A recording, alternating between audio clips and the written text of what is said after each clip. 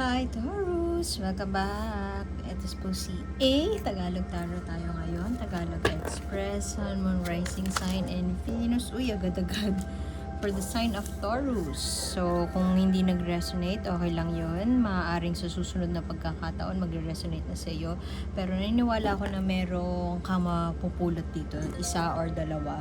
Meron at merong may dahilan kung bakit ka nandito at meron kang makukuha dito. So, mukhang general reading ito, pero yung first three core energies mo mukhang may kinalaman sa kaperahan. Maaring may pamanang darating sa'yo at merong or may bagong oportunidad na darating para sa'yo. Pwede ding new offer, ito ay kwento ni Jack and the Beanstalk. Di ba, umakyat lang siya ng beanstalk, tapos may nakita siya na goose na naglilay ng golden eggs, tapos sinabol siya ng giant. Yun yung kwento nun, di ba? So, maaaring meron ka madidiscover na, let's say, pwedeng skill set lang kasi, pwede din it doesn't mean, I don't mean it negatively na lang. Ibig ko sabihin, hindi siya pwedeng malaking kayamanan. Hindi agad-agad na isang bagsak bibigay sa'yo parang pot of gold. Hindi ganon. Pero pwedeng paunti-unti. Pero overall, ibig sabihin nun may darating sa'yo na swerte. Swerte na opportunity. Pwede kasing opportunity para matuto. Ganong level 1, level 9, sabihin na natin, ay yung may pamanang malaki na bibigay sa'yo. Pero, of course, hindi sa lahat ng tao applicable yun. Pwedeng isang tao lang yung makakaranas nun. Pwedeng manalo sa loto. Pwedeng ganon. At magbibigay ito ng panibagong bagong panimula para kay Taurus. Maaaring sa yung mga nakaraang pagkakataon, hirap ka sa pinansyal at nahihirapan ka mag-balance ng budget, mag-manage or mag-balance ng budget sa bahay or with you and yung partner mo. At sa ngayon, tingin ko makakapahinga ka na sa financial hardships mo at merong parang solstice kasi to parang meron kang ipupursue na bagay, pwedeng aaralin, pwede ding bagong business opportunity para magsimula ng franchise, ganun, opportunity para magsimula ng let's say, ang dati mong business ay gas station, ngayon sa food or restaurant na ang iyong mamanahin, ganun, or gagawin, or sisimulan. Pwede kasing pamana din lang to ng ibig sabihin, pamana ng business. Definitely hindi utang. Pero kasi windfall of money to definitely hindi utang. Bagong business, pero sa ngayon parang this month feel mo pang mag-travel, nasa summer mode ka pa, hindi mo pa siya feel upuan, at wala ka pang plano talaga. Merong ibibigay sa'yo si God or si universe, kung di ka naniniwala kay God. May ibibigay siya sa'yo pagkakataon na kung tutuusin, opportunity siya to start something new, pero tingin mo hindi ka pa ready, pwede ding tingin mo hindi mo deserve, pero wala ka pang plano kung paano siya sisimulan. Pwede din na may pamana sa'yo, let's say namatay yung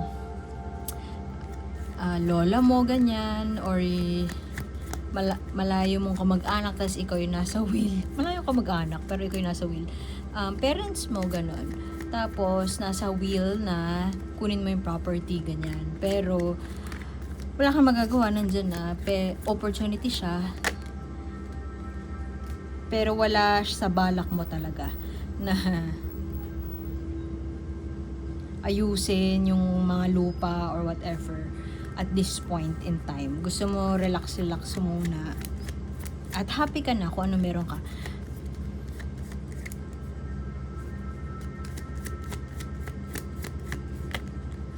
Pwede rin nagdadalawang isip ka or part of you, parang ano ba to? Bakit binigyan pa ako ng quote-unquote problema?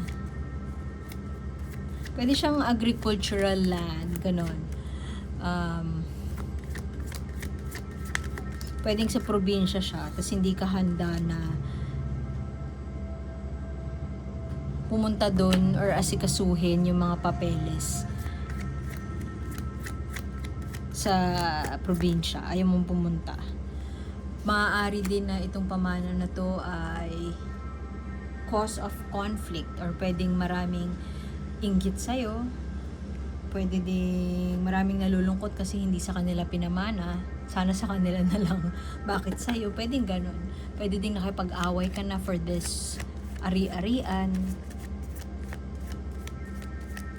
nag-aaral for real estate stuff, real estate tax, real estate, yung pag-aayos, paglilipat ng titulo, maaaring yun yung pinag-aaralan mo. At parang for some time napagod ka na, pakikipagtalo tungkol dito sa pamana na to. Pwede din kasing posisyon to sa trabaho, binigay sa'yo promotion, ganyan. Tapos wala kang plano kung paano siya, hindi sa hindi mo ginusto, pero binigay siya sa'yo nang hindi mo hinihingi. So blessing siya, opportunity siya.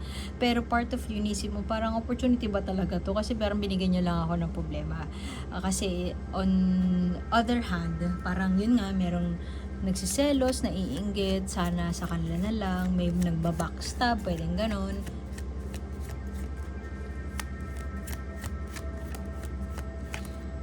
So, mukhang yun yung recent past na nangyari sa'yo.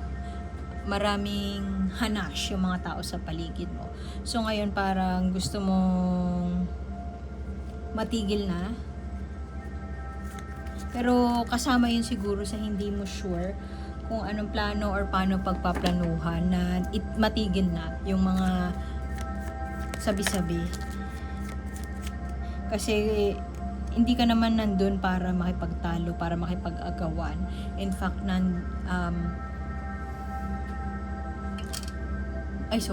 In fact, willing ka to reach out or nagre-reach out ka para makipag-usap sa kanila, para pag-usapan paano yung hatian, para pag-usapan kung paano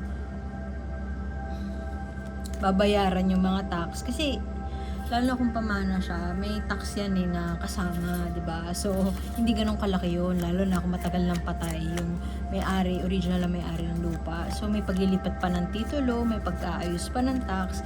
Hindi siya nakakatuwa, hindi siya fun. So, parang lalong hindi nakakatulong na yung mga tao, imbes na makipagtulungan sa'yo, ikaw willing ka makipagtulungan, puro backstabbing at puro puro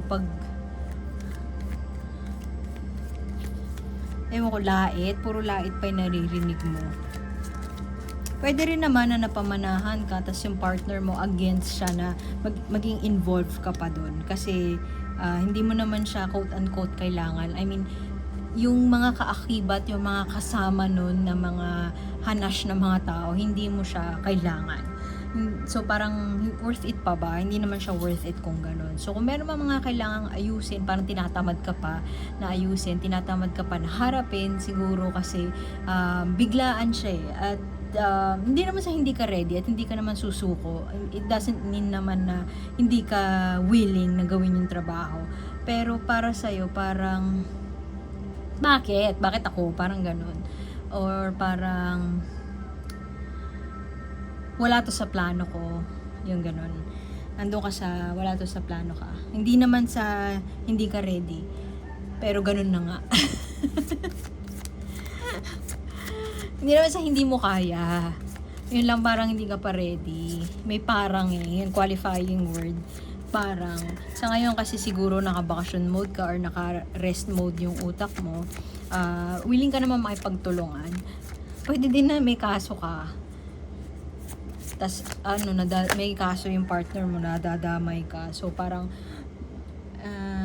willing ka naman na tumulong or makipagtulungan, pero nakakainis lang kasi parang daming sinasabi ng mga tao sa paligid mo. Pero, ito ang tingin kong pinakamagandang oracle card. Affirmation to na mananalo ka. Kung ano man yung hurdle or battle na pinagdadaanan mo or pagdadaanan mo financially or whatever, emotionally. Kapag halimbawa may kaso ka man, tas nanalo ka, this is a sign na, yun nga, mananalo ka. Pangalawa, walang need para gumanti pa or ipagpatuloy pa yung second case or whatever na pagbabawi ng lupa. Pwede din kasi na may pamana yung lola nyo. Let's say, sobrang yaman ng lola mo. O pwede rin yung partner mo. Whoever the Taurus is. May pamana, tapos nag-aagawan kayo, tapos, or nag-aagawan sila, dinadamay ka. Pero ikaw talaga yung legit na pagpapamanahan. Ang dami na sinasabi against you. Actually, may laban ka kung magpa-file ka ng defamation or whatever libel. May laban ka. Pero itong sign na to is a sign na wala nang dahilan pa para humantong doon. At magtatagumpay ka sa kahit anumang shit na ibigay sa'yo during this month. So, iwan ko na yun dun, dear Taurus, and salamat sa pagbisita. And I hope to see you next time. Mayroon akong ibang readings din, pero English eh.